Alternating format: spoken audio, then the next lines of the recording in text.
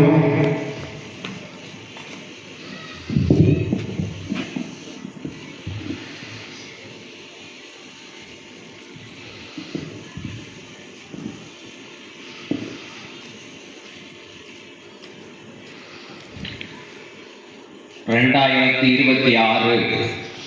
படைப்போம் புதிய அரசியல் வரலாறு என்கிற தலைப்பிலே இங்கே நடந்து கொண்டிருக்கின்ற மாலை நேர கருத்தரங்கிற்கு வருகை இருந்திருக்கக்கூடிய தாய் தமிழ் சொந்தங்கள்,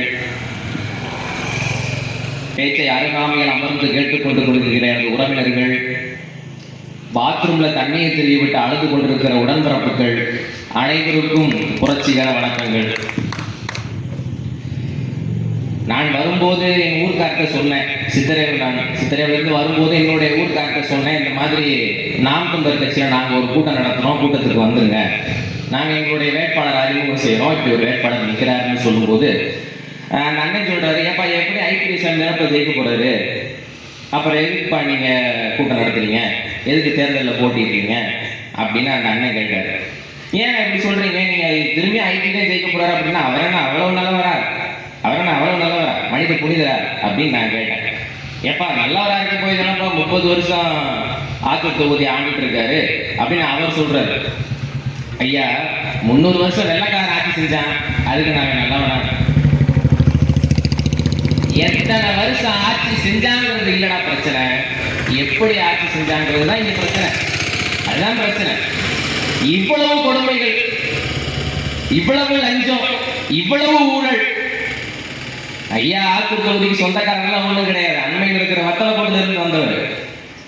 30 வருஷம் 40 வருஷத்துக்கு முன்னாடி ஐயாவுடைய சொத்து மதிப்பு என்ன, இப்ப ஐயாவுடைய சொத்து மதிப்பு என்ன, அதை ஒரு பேப்பர்ல எழுதி வச்சிருவோம். முதல்ல ஒரு தோராயமா உங்களுக்கே தெரியுது, எதெல்லாம் ஐபி மில்லுன்னு உங்களுக்கு தெரியுது, எதெல்லாம் அவருடைய சொத்துன்னு உனக்கு தெரியுது, எதெல்லாம் இன்னைக்கு திமுக உடன்பிறப்புகள் கீழே இருக்குங்கிறது உங்களுக்கு தெரியுது, எத்தனை கோடி ரூபாய்க்கு அதிபதிகளாக ஐயா ஐபிஎஸ் அவர்கள் இருக்கிறாருன்னு உனக்கு தெரியுது. அதை ஒரு சீட்ல எழுதி பக்கத்துல காலங்காலமா திமுகவுக்கு தான் ஓட்டு போடுவேன், நான் உடன்பிறப்பு, நான் கழக உடன்பிறப்பு, நான் திமுகவுக்காக உயிரை கொடுப்பேன் அப்படின்னு சொல்ற உன் கழக ஊப்பியோடைய சொத்து மதிப்பை எழுதுரு. ஏதாவது கொஞ்சமாவது மேட்ச் ஆகுதான்னு பாரு, அதை கொஞ்சமாவது ஒப்பிட முடியுமான்னு பார்த்துட்டாலே உனக்கு ஏன் ஐ பெரியசாமி அவர்களுக்கு வாக்களிக்க கூடாது என்பது தெரிய வந்தது. அவர் கோடியில புரள்றாரு, நீ தெற்கோடியில புரள்ற. அவர் உடைய பிச்சை எடுக்க வைக்கிறாரு, நீ பிச்சை எடுத்துக்கிட்டு இருக்கிற. இதுதான் உண்மை.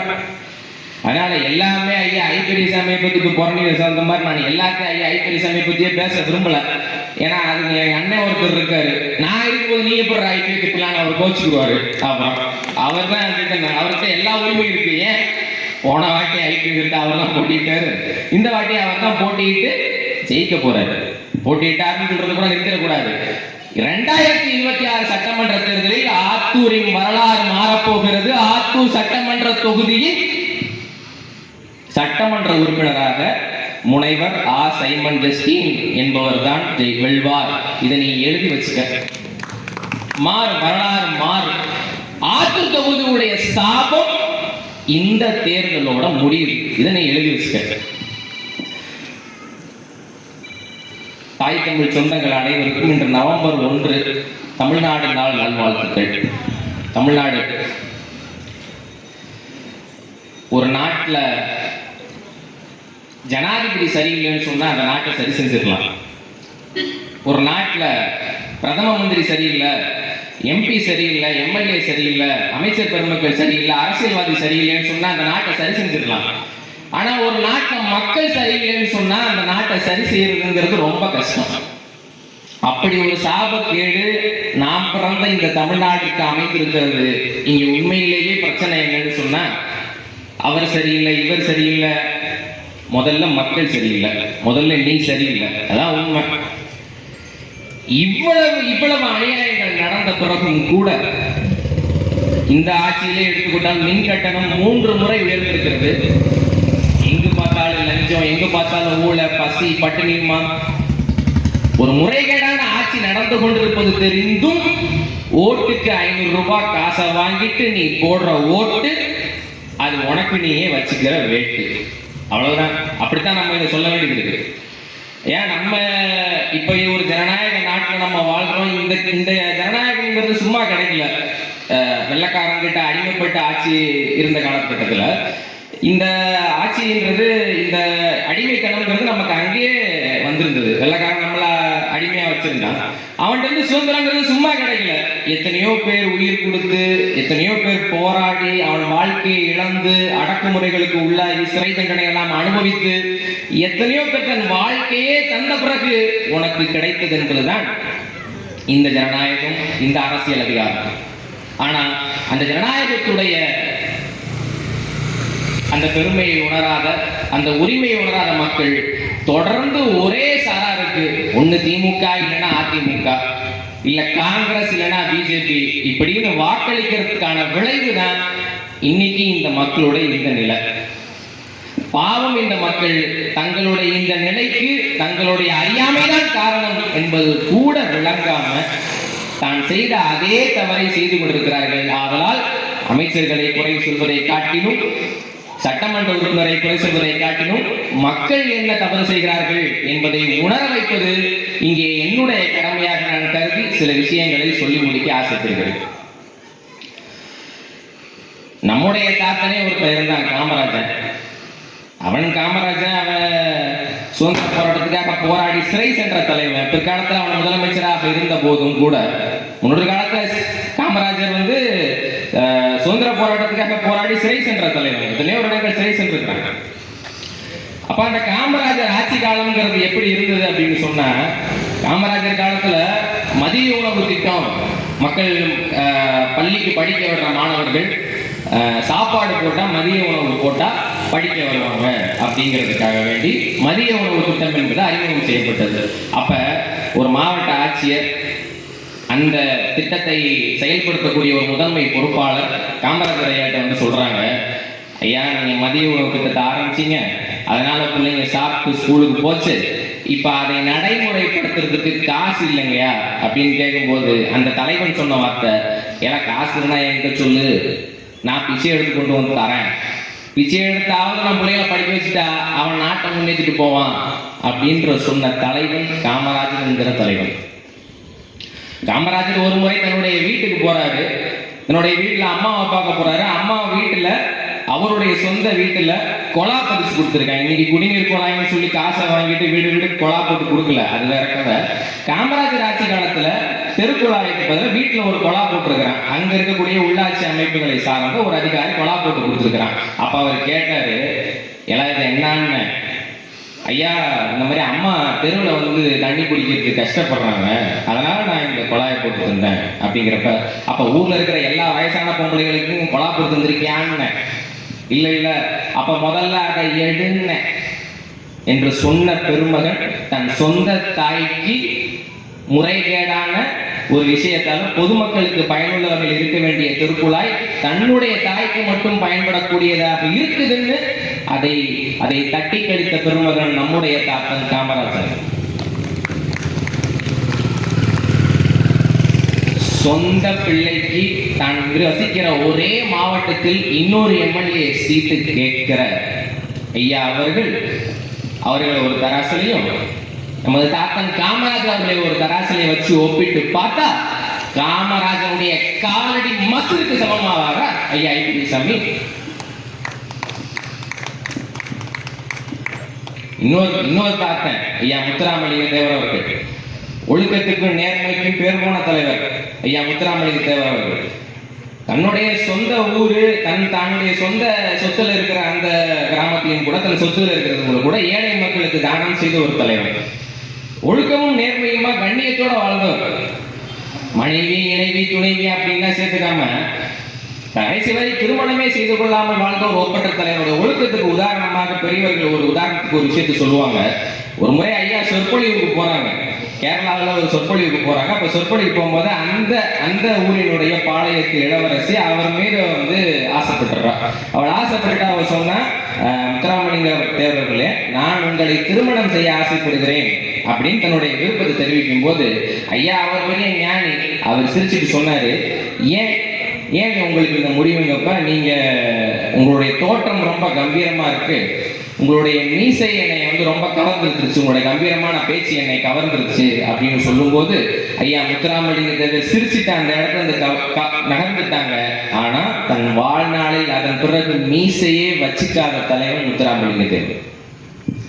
இன்றைய இளைஞர்கள் சினிமா நடிகர்களுக்கு பின்னே ஆபாச பாடல்களில் ஆடி திரிகின்ற ஒரு நடிகனின் பின்னே திரிகின்ற இளைஞர்கள், அப்படிப்பட்ட தலைவனும் இந்த நாட்டில் இருந்திருக்கிறான் என்பதை சற்று சிந்தித்து பார்த்த பின்பு அந்த நடிகன் பின்னாடி போறதா இருக்கட்டும், அந்த நடிகனுக்கு வாக்களிப்பதாக இருக்கட்டும், அதை தொடரணும். ரெண்டு தாட்டை நம்ம காமராசன் முத்துராமலிங்கர் ரெண்டு பேரும் திருமணம் செஞ்சு கொள்ள கேட்டதுக்கு காரணம் ஒண்ணுதான், சுதந்திரம் கிடைக்கிட்டு முதல்ல, கிடைச்சதுக்கு அப்புறம் திருமணம் செஞ்சுக்கலாம்னு இருந்தோம். ஆனா சுதந்திரம் கிடைக்கிற வயசுல அந்த வயசை கடந்துட்டோம், திருமண வயதை கடந்துட்டோம். இதுக்கப்புறம் திருமணம் செஞ்சு என்ன, எதுக்கு நம்ம திருமணம் செஞ்சுக்கணும், அப்படியே வாழ்ந்துருவோமே. கடைசி வரை மக்களுக்காக வாழ்ந்து செத்து போன தலைவர்கள். காமராஜர் இறப்புக்கு பின்னே அவர் வீட்டை தணிக்கை செய்த, அவருடைய கணக்கு வழக்கை தணிக்கை செய்த அதிகாரி சொல்கிறார், அவர் கடைசியாக விட்டு வைத்த சொத்து மதிப்பு என்பது வெறும் 150 ரூபாய். அன்று ஒரு காலம் இருந்தது, அங்கு தலைவர்கள் மட்டுமல்லாமல் மக்களும் விசுவாசமானவர்களாக, நேர்மையானவர்களாக, ஒழுக்கமானவர்களாக இருந்தார்கள். ஆகவே அவர்களுடைய ஆட்சியாளர்கள் ஒழுக்கத்திற்கும் நேர்மைக்கும் கண்ணியத்துக்கும் சொந்தக்காரர்களாக இருந்தார்கள்.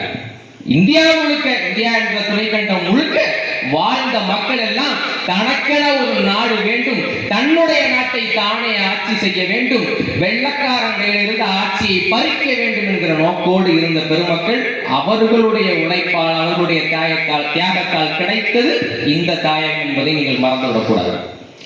இன்னைக்கு இந்த கொள்ளக்காரங்கிட்ட மீட்கிறதுக்கு நாம் போராடுகிறோம், அது வேற. அன்று வெள்ளக்காரர்களிட்ட இருந்து போராடும் போது கல்பனா தத்துன்னு ஒரு வரலாற்றில் ஒரு பெண்மணியுடைய பேர் வந்து ஆயுத கடத்தல சம்பந்தப்பட்ட பெண்மணி. அந்த பெண்மணியோட வரலாறுங்கிறது ஒன்று இருக்கு. அந்த பெண்மணி ஒரு முறை மாட்டிக்கிட்டாங்க, வெள்ளக்காரன் கிட்ட மாட்டிக்கிட்டாங்க. மாட்டிக்கும் போது ஒரு வீட்டுக்குள்ள போய் ஒளிஞ்சுக்கிறாங்க. ஒளிஞ்ச ஒரு இடத்துல ஒளிஞ்சதுக்கு அப்புறம் வெள்ளக்காரன் இப்ப பின்தொடர்ந்து வந்த வெள்ளக்காரன் அந்த வீட்டுக்குள்ள போயிட்டான். அவன் கேட்கிறான், உள்ள அந்த பெண்மணி கல்பனா தத்து இருக்கிறாளா, உள்ள அவ இருக்கிறாளா அப்படின்னு கேட்கும்போது அந்த வீட்டுடைய உரிமையாளர் ஒரு பெண்ணு சொல்றா, இல்ல இங்க யாரும் வரல, உள்ளதான் இருக்கா ஆனா வரல அப்படிங்கிற காட்டி கொடுக்கலாம் அந்த அம்மா. அப்ப அவன் பார்த்துக்கிட்டு இருந்த அந்த வெள்ளக்காரன் என்ன செஞ்சான், தொட்டில தூங்கிட்டு இருந்த குழந்தைய எடுத்துட்டு என்ன செஞ்சான், நீ உள்ள அந்த பொண்ணு இருக்கிற அந்த பொம்பளைய காட்டி கொடுக்கலன்னா கழுத்தை திருப்பி போட்டு இந்த குழந்தைய கொன்றுவேன் அப்படின்னு மிரட்டுறான். கழுத்தை திருப்பி போட்டு உன் சொந்த குழந்தைய நான் கொன்றுவேன்னு மிரட்டுறான். அப்படி மிரட்டும் போது கூட அந்த பெண்மணி சொல்லல, கடைசியில கழுத்தை திருப்பி அந்த குழந்தைய கொண்டு தூக்கி எறிஞ்சு வெள்ளக்காரன் சொல்லிட்டான் ஓ அப்படின்னு சொல்லிட்டு போயிட்டாங்க. அப்படியும் கூட அந்த பெண் உள்ள இருந்த அந்த பெண்மணியை காட்டி கொடுக்கல. தன்னுடைய சொந்த குழந்தை கொலை செய்யப்பட்ட பொண்ணு கூட உள்ளே இருந்த ஒரு சுதந்திர போராட்ட வீராங்கனுடைய பெயரை காட்டி கொடுக்காத ஒரு தலைமுறை நம்மளுடைய முந்தைய தலைமுறை. ஆனா நம்முடைய தலைமுறை, நம் தாத்தா கருணாநிதிக்கு வாக்களித்தார், நம் அப்பா ஸ்டாலினுக்கு வாக்களித்தார், இன்று நாம் உதயநிதிக்கு வாக்களிக்கக்கூடிய இடத்தில் இருக்கிறோம். இது எப்படிப்பட்ட ஒரு ஒரு சாபக்கேடு, எப்படிப்பட்ட ஒரு கேவலம்ங்கிறத நம்மளே சிந்திச்சு பார்க்கணும். ஓட்டுக்கு பணம் என்பது ஐயா முத்துராமலிங்க தேவர்களே சொல்றாங்க, ஓட்டுக்கு பணம் கொடுக்கிற நேரத்துலதான் ஊழலும் லஞ்சமுமே பிறக்குது அப்படிங்கிறாங்க. எப்படின்னு கேட்டா, நம்ம ரோட்டுல வாகனத்தை எடுத்து பயணிக்கிறோம், நம் வாகனத்தை சோதனை செய்கிற அந்த காவல்துறை அதிகாரி எல்லா ஆவணங்களையும் காட்டிய பிறகும் நம்மிடமிருந்து சில காவல்துறை அதிகாரிகள் லஞ்சமாக சில பணத்தை பெறுகிறார்கள். காரணம் என்னன்னா, அந்த பதவியை அடைவதற்கு, அந்த அதிகாரத்தை, அந்த வேலையை அடைவதற்கு அவர் காவல்துறை மந்திரியிடம் காசு கொடுத்திருக்கிறார். காவல்துறை மந்திரியாக இருக்கக்கூடிய இல்ல ஏதோ ஒரு அமைச்சராக இருக்கக்கூடிய ஒருவர் ஏன் காசு வாங்குறாரு அப்படின்னு கேட்டா, பதவிக்கும் வேலைக்கும் ஏன் பணம் வாங்குறாருன்னு கேட்டா, அந்த பதவிக்கு வர்றதுக்காக அவர் ஓட்டுக்கு மக்கள்கிட்ட காசு கொடுத்திருக்கிறார். இப்படி இது ஒரு மீளா வளைவு.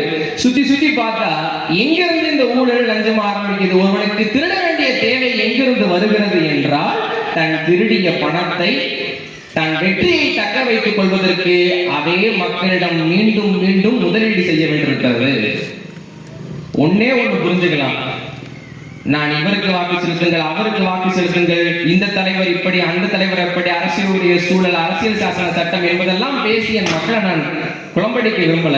மேடை அலங்காரத்தோட பேச நான் பேச விரும்பல. எளிமையான ஒரு விஷயத்தை சொல்றேன். ஓட்டுக்கு காசு கொடுக்கிறவன் திருடன். ஏன்? உனக்கு பல கோடி ரூபாய், ஒரு ஓட்டுக்கு 1000 ரூபாய் 500 ரூபான்னு வச்சுக்கிட்டா ஒரு வீட்டுக்கு 5000 ரூபாய் தருவான். 5 பேர் இருக்கிற வீட்டுக்கு 5000 ரூபாய் தரும். ஒரு ஊருக்கு எவ்வளவு தருவான்? ஒரு ஊராட்சிக்கு எவ்வளவு தருவான்? ஒரு பேரூராட்சிக்கு எவ்வளவு தருவான்? ஒரு தொகுதிக்கு எவ்வளவு தருவான்? அப்ப பல கோடி ரூபாய் ஓட்டுக்கு காசு கொடுப்பதிலே முதலீடு செய்கின்ற ஒருவன் நான் திருடப் போகிறேன் என்று முன்னரே தெரிவித்து செல்கிறான் என்று பொருள். இதை மட்டும் நீ நல்லா புரிஞ்சுக்கிறேன். ஓட்டுக்கு காசு கொடுக்கிறவன் நான் திருடப் போகிறேன் என்று முன்கூட்டியே உன்னிடம் அறிவிக்க செய்த பிறகும் அவனுக்கு போய் வாக்கு செலுத்துவது என்பது ஏமாளித்தனம் என்று சொல்வதா, இல்லை இளிச்சவாய்த்தனம் என்று சொல்வதா, எப்படி சொல்றதுன்னு தெரியல. பெரும் பெரும் இடத்துல நாங்கெல்லாம் போய் சின்ன வயசுல எங்க கையில எதுக்கு இந்த நிலைமை? நான் வர்ற பொதுவா இப்ப ஐயா ஐப்பரிசாமி எடுத்துக்குவோமே, அவருடைய மகன் அவர் பிறக்கிற போதே அவர் லட்சாதிபதி, அவர் கொஞ்சம் பருவ வயதை அடையும் போதே அவர் சட்டமன்ற உறுப்பினர், அவர் இந்த வயதிலையும் கூட அவர் அமைச்சர், அவருடைய மகன் மாவட்ட செயலாளர். அவர் இறந்த பிறகும் கூட அவருடைய மகன் அந்த இடத்திற்கு வருவார், அவர் அமைச்சர் ஆவார், அவர் பிறகு இன்னொருவர் அமைச்சர் ஆவார். இந்த கதையை மேல் அதிகாரத்தில் இருக்கக்கூடியவர்களுக்கும் தொடரும். கருணாநிதிக்கு அப்புறம் ஸ்டாலின் அவர்கள், ஸ்டாலின் அவர்களுக்கு பிறகு உதயநிதி ஸ்டாலின் அவர்கள், உதயநிதிக்கு அப்புறம் இன்பநிதி என்பது தொடங்கும். அவன் வாரிசை காப்பாத்துறதுக்கு எவ்வளவு முயற்சி செய்யறான். நீ ஓம் பிள்ளைங்க எங்களை நடுத்தெருவுல உட்கார வச்சு வேடிக்கை பார்த்துட்டு இருக்க. எனதருமை பெற்றோர்கள் சிந்திக்க வேண்டும். 5 வருஷத்துல ஐயா உதயநிதி அவர்களுடைய நிலைமை என்ன?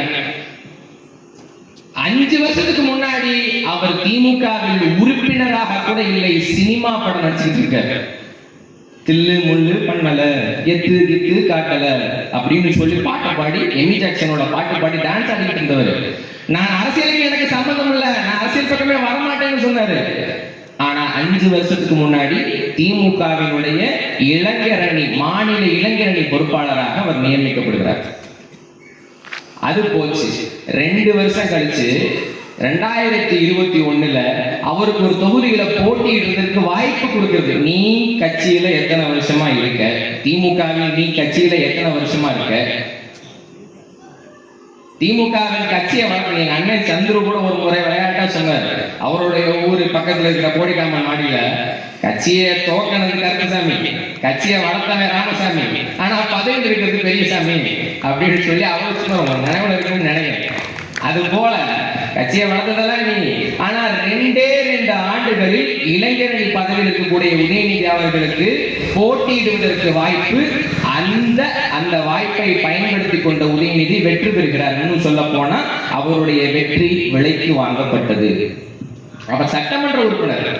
இன்னும் 2 ஆண்டுகள் கழித்து 2023ஆம் ஆண்டில் உதயநிதி அவர்கள் அப்படி அங்க இருக்கிற ஐயா ஐப்பரியசாமிக்கு இல்லாத தகுதி எப்படா உதயநிதிக்கு வந்துச்சு?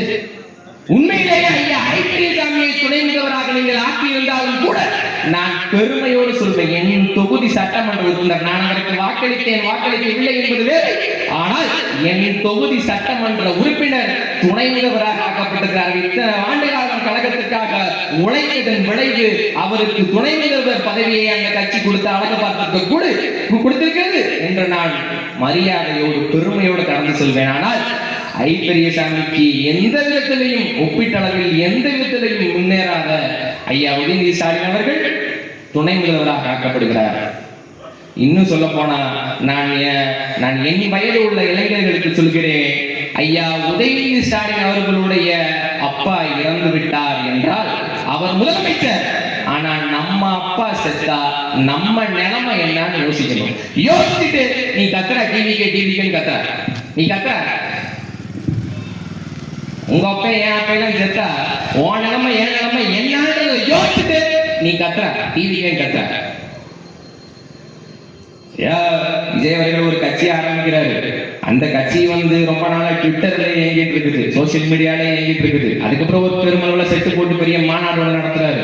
அந்த மாநாடுக்கு அப்புறம் இன்னொரு மாநாடு நடத்துறாரு. அப்புறம் சனிக்கிழமையா பிரச்சாரத்துக்கு போறாரு. அந்த பிரச்சாரத்துல ஒரு அசம்பாவியம் நடந்துருது. அந்த அசம்பாவியத்துக்கு காரணம் யாருன்னு கேட்டா அந்த மாவட்டத்துடைய ஒரு அமைச்சர். அந்த அமைச்சர் சும்மா கிடையாது, அவருக்கு பின்னாடி ஒரு கட்சி இருக்குது, ஐயா ஸ்டாலின் இருக்கிறாங்க. ஒரு நீண்ட நெடிய ஒரு 80 வருட பாரம்பரிய ஒரு கட்சி அதில் செயல்படுது. அதுக்கப்புறம் அந்த அசம்பாவியத்தினால பல உயிர்கள் பறிபோகுது. இதனால மனசுடைந்த ஐயா விஜய் அவர்கள் கட்சியை தொடர்ந்து வழிநடத்தி பெரும் புரட்சி செஞ்சு நாட்டை காப்பாற்றாரு. இந்த காட்சி அப்படியே ஜனநாயகன் படத்துல இருந்தா நான் கை கட்டுவேன். சரியா? இந்த காட்சி ஜனநாயகன் படத்துல இருந்தா எல்லாம் கை கட்டலாம். ஆனா ஜனநாயகன் நாட்டில் நடக்குதுன்னு சொன்னா செருப்ப கலட்டி அடிப்பேன். எப்படி நடக்க? எப்படி? ஏன்னா பாக்குறவங்க என்ன இழிச்சா பயன் நினைச்சிருக்கீங்க?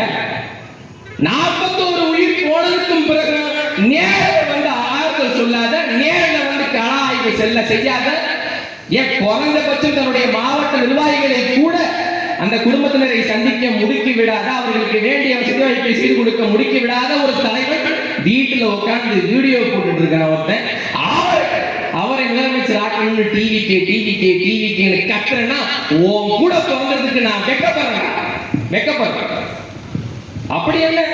அப்படி என்ன சினிமா போத? என்ன நடந்துச்சு? 30 வருஷமா நாட்டுக்காக யாருமே உழைக்கலையா?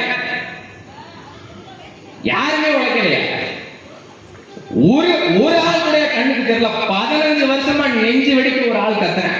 நெஞ்சு வெடிக்க எவன் கூட்டணி சேராம எந்த விதமான அடக்குமுறை ஒடுக்குமுறைக்கும் அடிபணியாமல் 15 வருஷம் நாங்கள் களத்தில் நின்று கத்துக்கிறோம். எங்கெல்லாம் கண்ணுக்கு தெரியல. நாம் தமிழர் கட்சி எல்லா மக்களுக்குமானது.